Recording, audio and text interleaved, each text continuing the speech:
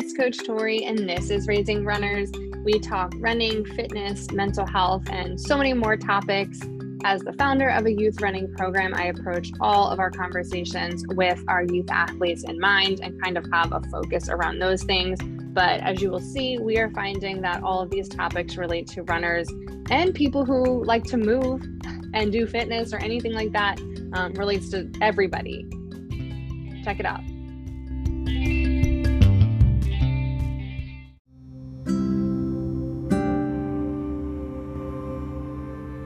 Coach Tori here, and we are talking about optimizing your running when running can't be your entire life.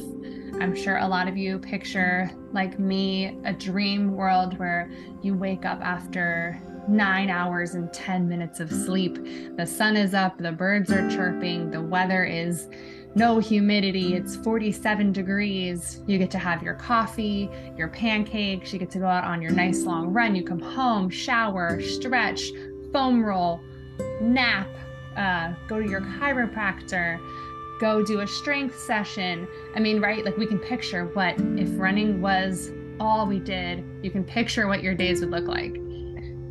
You also can probably imagine how unstoppable you can be as a runner, because I know I also have those visions of like, if I eat, breathed, slept, running, and that was all it was, like I could be amazing. But I also live in the real world, and sometimes that is figuring out how to make things work. So slightly more realistic kind of day, you wake up, not enough sleep, it's raining, you didn't get to have the perfect breakfast, you now have to go to work or whatever you're doing for 8, 10, 12 hours, you come home, you maybe squeeze in a workout, you try to fit in dinner, right? So that's more of what our lives are actually looking like. How can we still be the great runner we want to be? And again, that's all defined by whatever you want that to mean. But how can we still be a runner when we can't make running everything that we're doing? So that is what we're going to talk about in this mini series. We're going to talk about some main elements to that. Of course, running, our strength training, our recovery, our sleep, our nutrition, our mindset, and all things kind of with that we can do to still be the great runners we want to be, but also still live in the lives that we have. In today's episode, I get to talk with Claire Bartholic, otherwise known as the Planted Runner, on all of her socials and pretty much anywhere you want to find her. This fits great in with our mini series on optimizing running as busy people, because that's a lot of what we talk about, and that's a lot of who she works with. So Claire is a running coach along with a lot of other things as well. But she is talking about her book, The Planted Runner, and in that it's pretty much like an all-encompassing training guide for individuals who either are plant-based or would like to be plant-based. So we talk a little bit about nutrition and fueling and things like that, but also just talk about her as a runner and how she went from running a 4-hour marathon to a sub 3-hour marathon. She talks about just balancing running and busy life because she knows all about being busy. So yeah, there's really just a lot of different things that we talk about. I want to say that I did a good interview, but I think I was a little all over the place with my interview because there was just so many things I wanted to talk with her about. So we will be jumping kind of all over the place with that, but she gives us some really awesome insight. So check it out. Okay, so if you want to start by letting the audience know who you are, it doesn't have to be a super long intro unless you want it to be, but it could be super simple. Yeah. My name is Claire Bartholic, and I am a professional running coach and podcast host. And I kind of started my journey as just a regular mom, just trying to get in shape for my high school reunion. And one thing led to another, ended up running marathons and ended up getting pretty good at it. I finished a marathon at age 42 in 2 hours and 58 minutes. And along the way, I became a coach, and now that is my full-time job. That is so awesome. So anyone I ever talk to about running knows that I'm like fascinated by people who become runners as adults. I've been running for as long as I can remember. So I feel like I never had that, like, I fell in love with running moment. You know what I mean? Because it was just like, that's what I do. So I know you talk in your book about it, but can you talk a little bit about just like getting started with running, the struggles of starting running, and then like how you got to a point where I imagine at this point you kind of love it, right? Yeah, so I did have fits and starts with running as a kid. So when I was 14, I wanted to go on an outward bound course, which is an outdoor adventure kind of trip. And my dad had just done it. And so he had said, well, you got to run a half marathon. And so that summer I trained for the half marathon. I had my Walkman with my Top Gun soundtrack and I went out and I trained for it. But, I was a kid and this was forever ago. And so it's not like I followed a plan. I just went out and ran. And so I did that and ended up beating all the boys and the girls too, but ended up beating all the boys in my group. And I was like, this is kind of cool. But then running kind of went away. I did join the track team in high school. I got last place in my first event and then quit. And then, 20s, not running at all until I had a breakup. And I was like, you know what? I'm just going to run. I'm going to train for a half marathon. Some of my friends were doing it. And so I trained for a half marathon.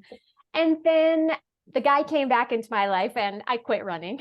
And then I found it later on in life when I was just like, okay, my high school reunion's coming up. I got to get in shape. I know running works. I don't really love running, but I'm going to do it. And for the first year, I really hated it because it was an ends to a means. I wasn't running to run. I was running to like get in shape. And so the reunion came and went and I was pretty fit at that point. And I was just like, well, I don't want to lose all this fitness. So I'm like, well, I'm going to try to race that same half marathon in my 30s that I did in my 20s and, see how I do. And I ended up beating my old time.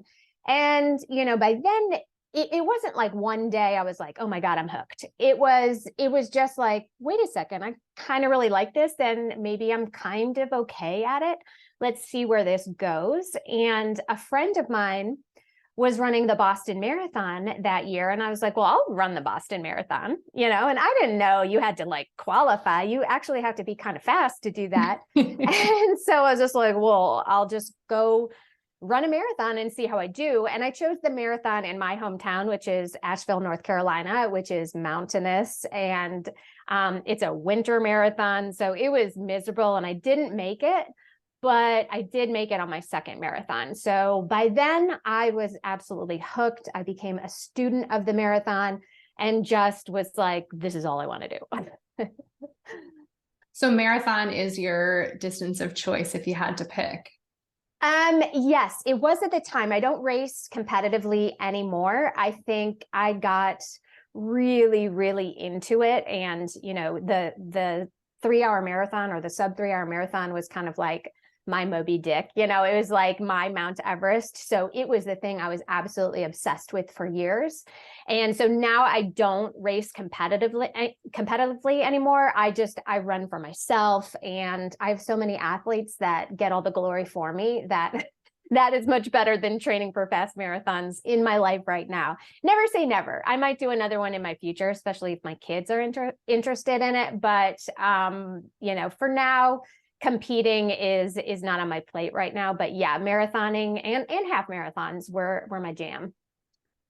So I was going to ask you actually about your current running because I know, and I read most of your book. It was like 5 a.m. this morning where I was like, I need to finish this because I had like plans to do it. And then my son quit sleeping for like 2 weeks. So it just like didn't happen. But I saw that you were saying you don't race anymore because you have all these athletes and that's just so much more fulfilling than, getting those accolades yourself. But so what kind of plan do you follow? Do you structure something for yourself? Do you work with someone else? Like, what does that kind of look like? Well, right now I've been working with a strength coach for the last probably 9 months or so, since about last spring. And I'm really focusing on strength. I still run, 3 or 4 times a week, but not for running itself, just more just to keep up the cardio and for mental health. I love going on, just 3 to 4 mile run after work, kind of washes away the day for me. But it's really not about getting better at running. It's just about my cardiovascular fitness and mental health. So right now I'm working with a strength coach to see what I can do there. I really love a good challenge. And so I am trying to get stronger and see what I can do in the gym. I'm really not that good at it. And so it's kind of fun being a newbie at it, and I would say I'm beyond a newbie, but I just feel like it's time to kind of do something different and not make running for myself my priority. I live, breathe, eat, sleep running. I talk about running. Everything I do is about running. So it's actually kind of nice to have something a little bit different for myself and not make my job and all my hobbies be just this one thing. Right. So right now I'm doing, like, in addition to, interviewing you about the book, but then also like a few other things for the podcast, we are trying to focus on like really busy people who love running, but like can't eat, sleep, breathe, talk running all the time. And I imagine you probably work with some of those people as a coach. And I mean, I know in your book, you were saying there was times you were running up to like 90-mile weeks. So I know you were like consumed by running probably at some points, but do you have any tips? And I know there's probably like a million things you could say, but like for us who want to be really good at running, but also just can't make running our life, is there any just like some words of wisdom or just like a little bit of tips that you could give for us to like be great runners, but we have to still be other people too? Yeah, that's a great question because, okay, the first thing to realize is that long distance running takes a long time. That's like the definition of it. And I mean, it takes a long time in the short term, and it takes years to build up the endurance to be able to do distance running well. So what I would say the number one thing to do is say, look at the time you have available. If you only have, let's say, 5 hours a week, that's probably not enough to become a really good marathoner, for example. But, in 5 hours a week, you can do pretty well at the 10K, for example. So really take an honest look at what kind of time you have, what you can do with the life that you have, and then pick the distance that matches your lifestyle. And then beyond that, I would say, look at places where you can streamline things. So if you have 2 little kids at home or whatever, you might want to invest in a treadmill. Treadmill running is awesome. People knock it all the time, but it's an amazing tool that you can get totally fit. I trained for one of my marathons almost exclusively on the treadmill because we had just such a bad winter. So I was always on the treadmill, and I think I was the fittest I'd ever been. You really can kill it on the treadmill, there's other things that you could do. So when my kids were little, I would let them watch TV and I would run around the block, or I would take advantage of the childcare at the gym, things like that. Or I would wake up really early when they were asleep and go out for a run. So there are creative ways that you can do that. If you could pair up with other runners, maybe you watch the kids one time and then they do it the next weekend. If you have a partner, get him or her involved. And, besides kids, there's other things in your life that you might be busy with, your job or taking care of your parents or whatever other things in your life that you want to accomplish. You can take, really audit your life and see where you can squeeze things in. Are you scrolling on your phone for hours? Are you watching a bunch of TV? Are you doing things where you could be running? You don't necessarily have to spend 3 hours on a Saturday on your long run. You can break it up. Maybe you can only get an hour in the morning and maybe you can get a half an hour at night. Studies are showing that might be just as good as one long run. So, there's ways to be creative with it. There's ways to sneak it in. If it's a priority for you, you'll find a way. But if you're really struggling to fit it all in, I would say, don't struggle so much. Figure something that actually works for your life. Don't try to force it. Try to look at your life first and then see how you can fit running in. Okay, all of those were like perfect explanations of what to do. Because like as you're saying, I was like that, like a lot of it were things I hadn't thought about because I had just done an episode where we were just like starting to toss around some ideas about some tips and like some of the things you touched on, but then some things you hadn't, or that we hadn't. But I love the idea of treadmill running, sort of, because when I first got pregnant, the first thing I was like, I need a treadmill for Christmas this year because I know that I'm going to have to be running on the treadmill sometimes. I do not have it in me to treadmill run for very long. And I know it just is going to take practice and discipline, but do you have, like, how do you either when you were training for your marathon or like, I'm sure I'm not the only one who struggles with running on the treadmill. I mean, I could get on the treadmill and like 5 minutes go by and I'm like, it has to be an hour. Right. But then like I could go out and actually run for an hour and be like, okay. So like helping us get past that like mindset of just like, I'm trapped. Yeah, absolutely. It's totally mindset. I mean, there are some things physically that you can do to make it better, like get a fan, get your snacks, get your water, make the temperature as comfortable as possible. But then the next thing that I say that you should do is actually a mental strength technique called temptation bundling. So when you're on the treadmill, which is something you really don't want to do, pair it with something that's sort of naughty that you really do want to do, like really trashy TV show or some, Netflix binging that you want to do. And only do that trashy TV show when you're on the treadmill. And so you almost look forward to being on there. And so distract yourself as much as possible. Listen to a great podcast. I binged, I can't remember what was famous, but anyway, it was like this like serial killer thing on Netflix. And I just brought my tablet to the gym, propped it up, and I just watched hours and hours of, these shows, and I got through it. So and then once you've done that, once you've totally distracted yourself from the, mind numbing boredom, you actually realize, hey, I can do this. And the treadmill can actually be a really cool self-confidence tool. So let's say you have a hard workout to do that you're not sure if you can actually do the paces. People say treadmill is kind of cheating because the machine does the work for you and you just, hold on for dear life. But once you actually do that and hold on for dear life, you're like, wait a second, I just actually did that workout. I did a workout that I wasn't sure that I could do. My legs actually know how to do this workout. And so when you do move outside, you're like, I got this. So I think that the treadmill, I mean, believe me, I would rather run outside on a nice day than run on the treadmill. I'm not saying I prefer it, but if you can use it for the tool that it is, it's really amazing. And especially if that's your only option. Yeah. And I love the idea of even like shifting your mindset about the treadmill, because I feel like the narrative I also always hear is like, well, the treadmill is really easy. So if I can do my 10-mile run on the treadmill, it doesn't mean I can do my treadmill run or my 10-mile run outside. And it's like, no, it actually does. It means you've done it already. You're able to do it. So I like that kind of shift in the idea of that because I feel like I hear so often people say it like the other way. Yeah. Well, I mean, from what I've read, the treadmill may be physically easier, but it's mentally harder. We are faster outside than we are inside. So if you can do a fast workout inside, you should be able to do that fast workout outside. And it's all mental. Isn't running all mental? It's crazy. Yeah. Okay. I want to get into your book a little bit because I really want to talk some food stuff.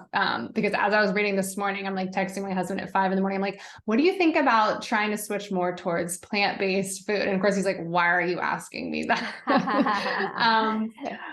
And I know that you talk a lot about it in your book, and that is kind of how you have trained. Can you, I guess, just to give us like a little intro, but like your experience as like a plant-based runner, like why, kind of like how that's really helped you and those kinds of things before I start asking all my food questions. Yeah. So I went plant-based shortly before starting to get back into running. So I was plant-based first. So I don't have like this before and after Cinderella story of how plant-based changed my running, because I was plant-based for a few months before I started running.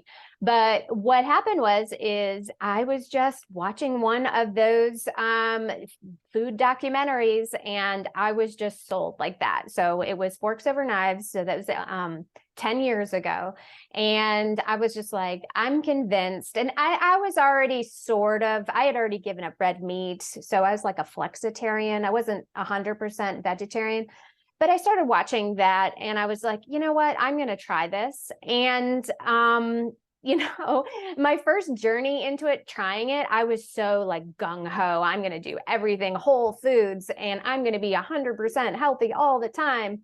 And the food that I made was terrible. It was absolutely terrible because it was just like no oil, no sugar, no salt, no fat. It was like the perfect quote unquote food that had no flavor and no, none of the things we love food for. So I have definitely evolved to be a lot more relaxed about it. I still try to go for whole foods as much as possible, but you got to make food taste good. Life's too short to eat, terrible food all the time. But when I first started, and again, this was all right before my high school reunion, wanting to look great, all this vanity stuff. And, within a few months, I wasn't actually dieting, but I just shifted my diet. I wasn't like restricting calories or anything like that. I lost several pounds without, exercise at all or changing what I was doing for exercise. And then with running, I really got into good shape. So what I really love about the plant-based diet is that you can eat, for the most part, a larger volume of food. You can eat a lot more food for the same amount of calories. So if weight is an issue for you, eating whole foods, because they're so bulky, you can feel fuller for fewer calories. So to me, that was really attractive to me, plus all the other health benefits for it. But what I like to tell people is that, yes, I do preach a plant-based diet, but I'm not an evangelist. I don't think that everybody should automatically switch 100%. I think from all the science that I've read, if you're 80% or 90% plant-based, whole foods, that's just as good, as 100%. And it's probably better for your mental health. You're a little more relaxed about it. I personally am kind of more of a black and white person. Like, I like rules, I like routines. And so for me, I'm just plant-based because it's just the way that I like to be. I don't think I would be like, oh, I can have, fish every other Tuesday or whatever. Like, that doesn't work for me. I like to be one or the other. But I don't think there's too many people out there that would argue that eating more plants is not going to be a good thing. Right. I was going to say, you'd be hard pressed to find someone who's like, nope, that's not the way to go. Right. Just keep eating all of your processed stuff. So I know for me, one of my biggest struggles with plants in general, well, first of all, plants are I can't keep them alive, but different kind of plants, plant food, storing them. Do you have any good tips for like storing your plants? And I'm sure there's like a bunch of things on TikTok now, but I feel like I'm kind of out of touch with like that whole realm of the world. But like, I know I buy the fruit and then it's like, we somehow didn't eat enough of that fruit this time. And now I have fruit flies and all the things, or like the lettuce gets wilty. So I imagine since you've been doing this for 10 years, you have some tricks to like keeping that stuff alive, or if it's you grocery shop every 3 days or whatever it is. Well, I rely a lot on my freezer. So for vegetables, I love frozen food. I don't spend a whole lot of time in the kitchen anymore, not as much as I used to. And so I don't like to waste food either. So most of my veggies are frozen. We do have fresh veggies, like if we're going to have a salad or, put tomatoes and lettuce on a burger or something like that. But in the winter, especially, most of my vegetables are cooked. And so if we do buy fresh food that, we don't use enough of, I'll put it in the freezer. In the winter, you can have things like butternut squash that will like live on your counter for months and months and months, things like that. As far as fruit goes, I have 3 kids in the house, so fruit is like gone in a second. Like, there's never wasted fruit. But, things like bananas, once those start to get really brown, we pop them in the freezer. So they're perfect for smoothies. So if we don't eat it, we freeze it. The only thing you really can't freeze so well is things like lettuce. You can freeze kale, but lettuce is pretty much the only, and then things like cucumbers, I suppose, things with a super high water content don't always freeze really well.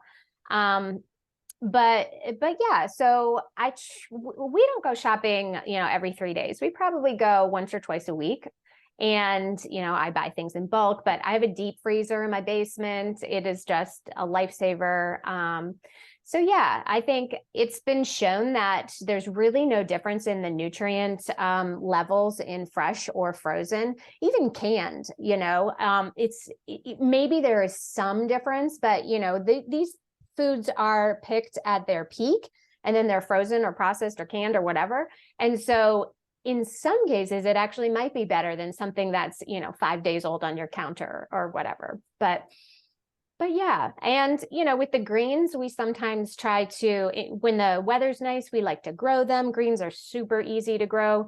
I don't do as much gardening as I used to, but greens are just, they're basically weeds. So they're really easy to grow. And then you could get more complicated than that. So that's kind of my favorite way to do it. I was just about to ask if you grow some of your own, because I see all the pretty plants behind you. And I was like, some of them look like maybe they could be edible, but what do I know? No, none of them are edible behind me. They're actually probably toxic. Oh, never mind. They're philodendron and pothos. And yeah, so don't eat those. But yeah, we usually do a garden in the summer. Oh, that's cool. Yeah, that really speaks to my plant knowledge, right? I'm like, oh, you can eat those. And you're like, no, definitely don't eat those ones, right? No. In your book, I know you have a couple of cookbooks that you reference that that you've used and have been helpful, but do you have, and I'm sure you probably have a favorite, but you probably would say all of them too, for like, we're just starting out, I want to try to mix in this whole foods, plant-based thing. Do you have like, which one would you recommend for some of us to go after first? I think there's a lot of good ones. So if you are really on like the health kick side of it, and it's really all about that, there are plenty of cookbooks out there. But again, I don't want you to make the mistake that I made by solely focusing on the health and really like turning off all the omnivores in your life. So for that reason, I would say go with anything written by Chloe Coscarelli. So Chloe's Kitchen is like absolutely falling apart in my house. It's dog-eared, it's covered in pasta stains. Like everything in that book is delicious. And I think that is actually the most important part when you first get started. Because when things taste good, it reinforces it in your brain. You're more likely to do it again and again and again. And you can build the habit of being plant-based a lot easier than if everything is challenging and difficult and gross, right? So, but that is not always the healthiest stuff. It has lots of desserts and cakes and things like that. So it is not all health food for sure, but it takes a lot of the foods that you really might miss and veganizes them. So I would say go with something like that. But there's a lot of really good ones coming out that I haven't even been able to try all of them. But if you're looking for something that really is all about health and longevity, No Meat Athlete has a couple of cookbooks. Forks Over Knives has some really good cookbooks. They'll still be tasty stuff too, but those are more on the health side for sure. Speaking of like the health side, so as I started to read your book, because I know you've, been a marathoner, you do those long runs, I was like, she has to be fueling her runs somehow. And then I'm like, I don't imagine you have carrot sticks or like, that's not gonna, right, that's not it. But I'm like, I'm so curious to see what you talk about with that. So you make your own gels. Is that really what is that really? Of course, that's what you take, but is that like your main thing that you take on runs? And can you talk a little bit about your fueling your runs? Because I think a lot of us can also start to be like, how am I supposed to do this if I need to have my quick snack of like gummy bears or whatever it is? You know what I mean? Yeah. So fueling for performance and fueling for health and longevity are totally different things. So what you eat on the couch and what you eat before you're going to go on a 20-mile run should be totally different things. So what you want on a run is something that is easily digestible, carbohydrate-based fuel. It should be highly processed. It should be quick to go in and quick to power your muscles.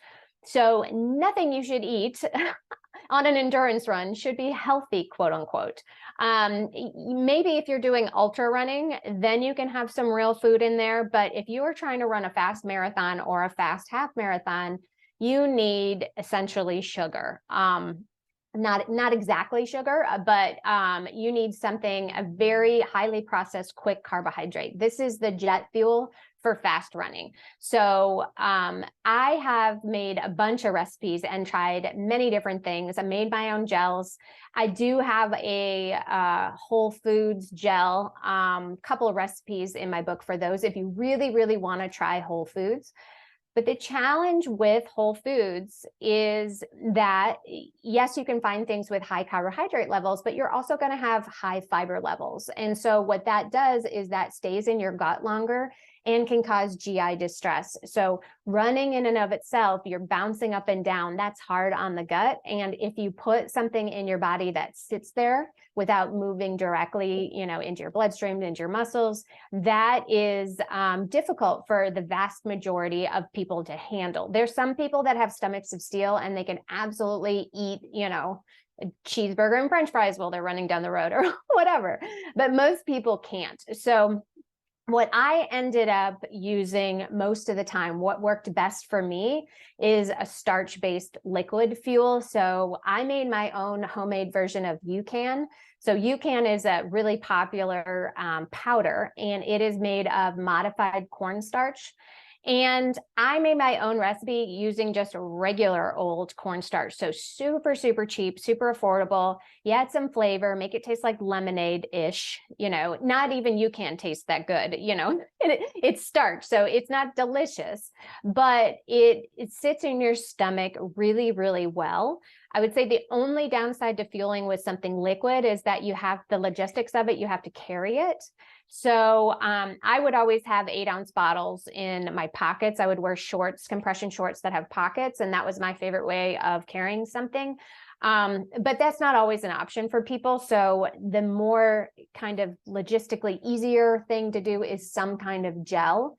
And if you don't want to make it yourself, there's several companies out there that make gels, and everybody's vegan when they're running. Nobody is eating hamburgers. Everybody's eating these gels and high performance foods, and the reason is because they work. Yes, I like that you point all of that out, but I really wasn't thinking about we're not eating those burgers, dairy, all that stuff that we think I need the protein and all that stuff. And it's but not while you're running, because that really is not what you want to be doing to your stomach. And I think so many people have that first experience. I think actually people know a lot now more than they used to, but that I'm running my marathon, I have all these GI problems. And it's because we didn't realize what I'm eating when I'm not running is way different than what I'm eating when I'm running. Mm-hmm. So I want to shift gears a little bit. I feel I'm just kind of all over the place, but I feel there's so much I wanted to get from you. I love the section of your book where you talk about running slow, because I think that is becoming more of what we're talking about in the running community is we're figuring out we need to be running easy, we need to be running slow. But then I also feel all the advice I hear is you need to slow down, and we don't always know how to do that. I know I used to struggle with that so much that I would specifically not run with certain friends because I was well, they run slower and it's hard. It feels hard to me to run slow, more fatiguing. And now I've been lucky enough that my running stroller slows me down. So I have really, I feel I mastered that slow running. But can you talk a little bit about how you help the runners that you're coaching, figure out how to run slow? What does your pace look like? But how are we still having that be efficient, good, worthwhile running, and not just we're shuffling along the streets, Yeah, absolutely. So The point of easy running is you want to be able to develop your aerobic system as much as possible with the least amount of strain on your body. You don't want to have a recovery day from your recovery run. So the number one thing that people do when they're just getting into running, or if they've never been coached before, the number one thing that people will do is they run everything at about the same pace. And so it's like this medium pace that they feel like they're running, they feel like they're, working out, but it's not fast enough to be fast, and it's not slow enough to be restorative. And the other thing that it does is that it pushes you out of the aerobic zone.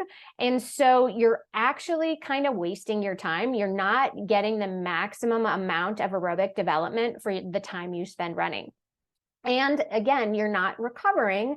So you're always in this state of medium effort. So polarized training is when you run your easy days easy, and that allows you to run your hard days hard and fast. So those are two components to how to be a faster runner. You need both. You can't just go out there and jog and expect to get great at running. You will up to a point, but you are going to have to develop your speed.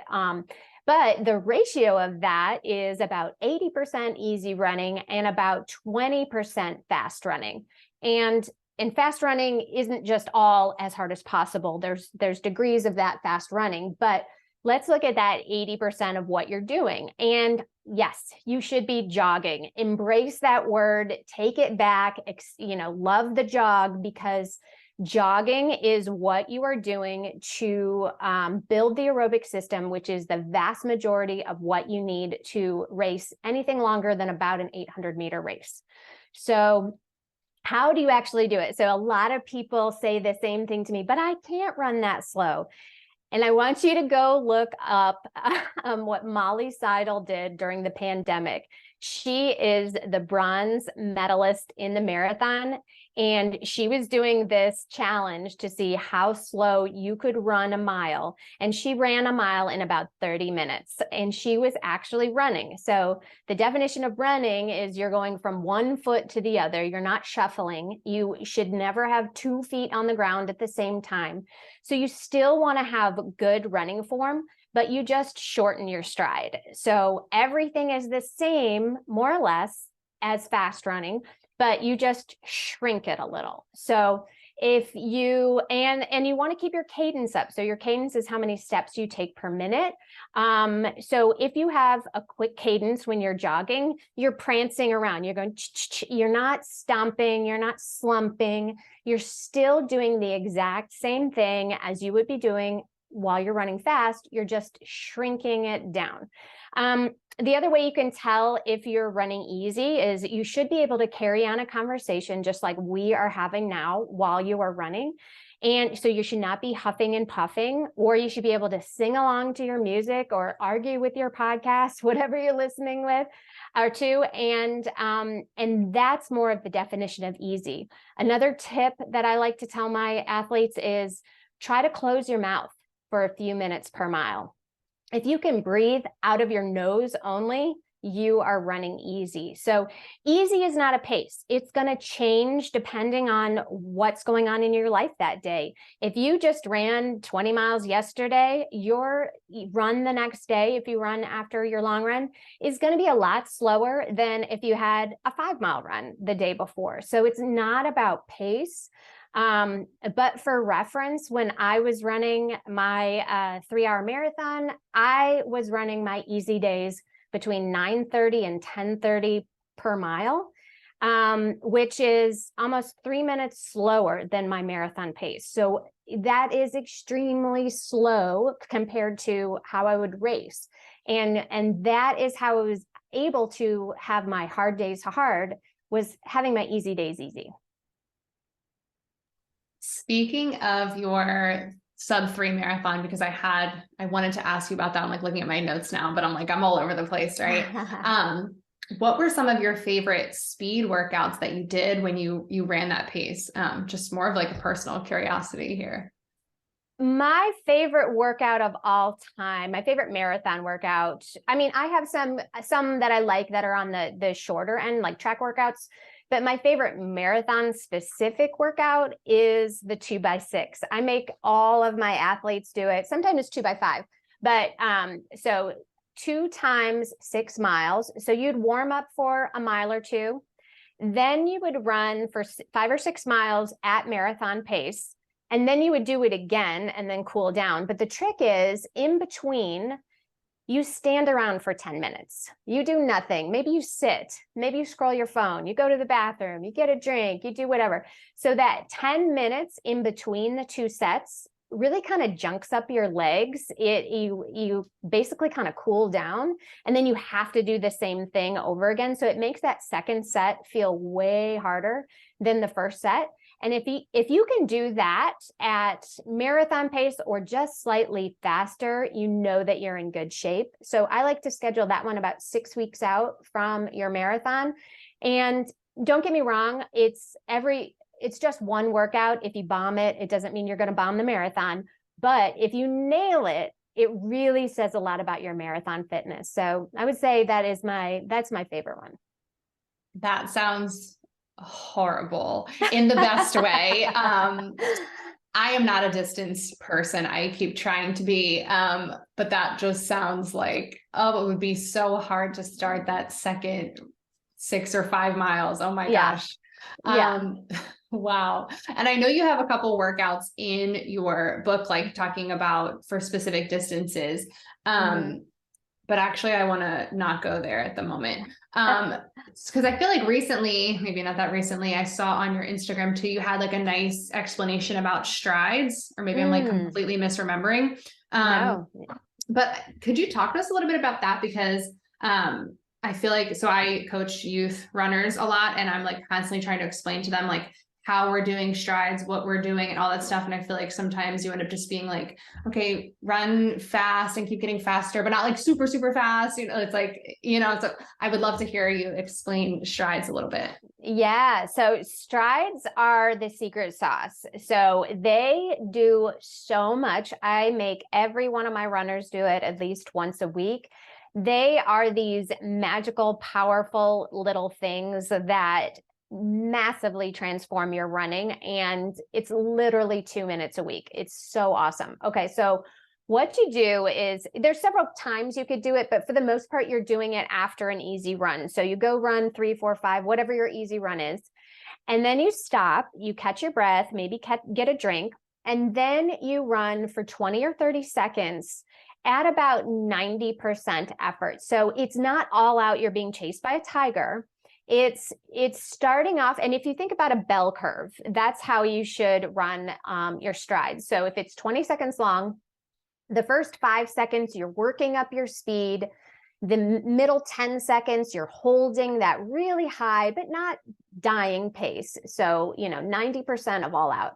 And then for the last 5 seconds, you're coming back down the hill. So it's not like you're racing across the finish line. It's this nice little bell curve that you're doing.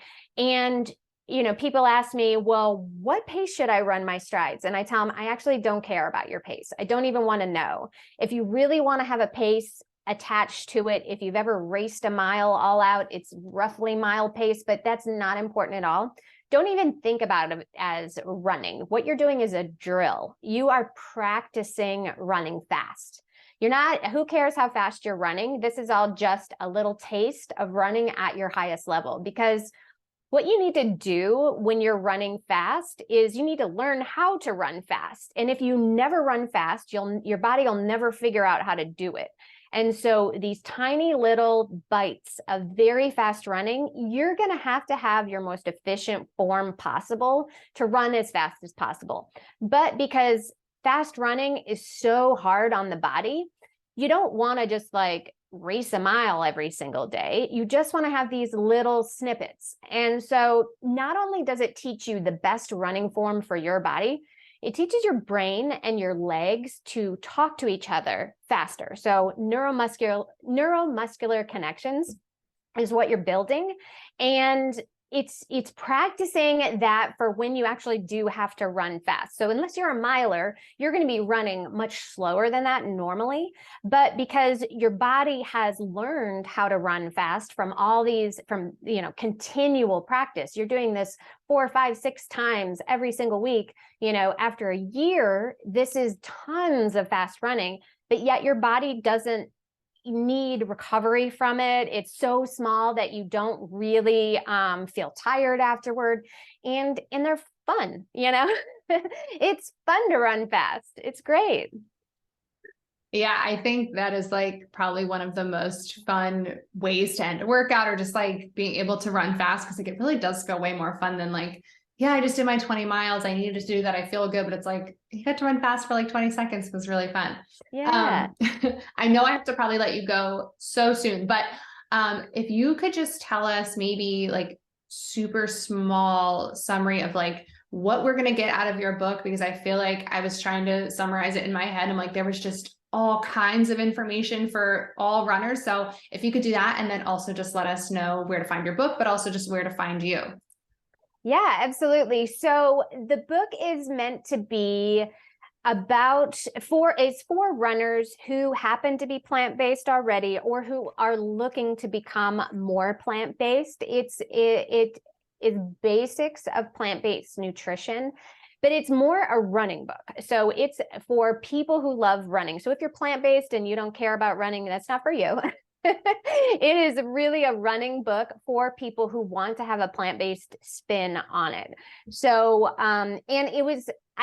it's not meant necessarily to be read from page 1 to all the way to the end. It's meant to be a guidebook, and you can hop back and forth. So it'll tell you, the basics of the 5K and the walk run method and marathon training, some sample workouts, but it's mostly about the philosophy of running in general, because long distance running, which, I define as 5K and up, the strategies are really about the same. Yes, the workouts are going to be a little different. The mileage is going to look a little different, but for the most part, it's all endurance running.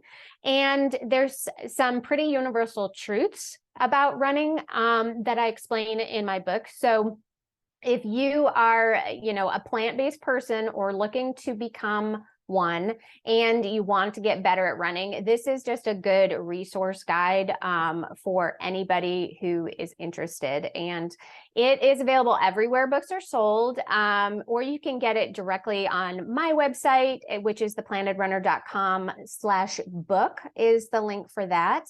And I'm also offering a free fueling guide for anybody who wants to know what to eat before, during, and after a run. And you can get that one at theplantedrunner.com/join, JOIN. Awesome. I will make sure I link that in the notes so people are able to find you as well. And thank you so much for taking the time to come and talk to us and share like all of your awesome wisdom about running. Absolutely. Thank you so much for having me. And I share all this stuff all the time. So you can check out my podcast or get me on Instagram. I'm the Planted Runner everywhere. So I'm pretty easy to find. Yes, I will make sure I link all of that stuff as well. In today's episode, I get to talk with Claire Bartholic, otherwise known as the Planted Runner, on all of her socials and pretty much anywhere you want to find her. This fits great in with our mini series on optimizing running as busy people, because that's a lot of what we talk about, and that's a lot of who she works with. So Claire is a running coach along with a lot of other things as well. But she is talking about her book, The Planted Runner, and in that it's pretty much like an all-encompassing training guide for individuals who either are plant-based or would like to be plant-based. So we talk a little bit about nutrition and fueling and things like that, but also just talk about her as a runner and how she went from running a 4-hour marathon to a sub 3-hour marathon. She talks about just balancing running and busy life because she knows all about being busy. So yeah, there's really just a lot of different things that we talk about. I want to say that I did a good interview, but I think I was a little all over the place with my interview because there was just so many things I wanted to talk with her about. So we will be jumping kind of all over the place with that, but she gives us some really awesome insight. So check it out.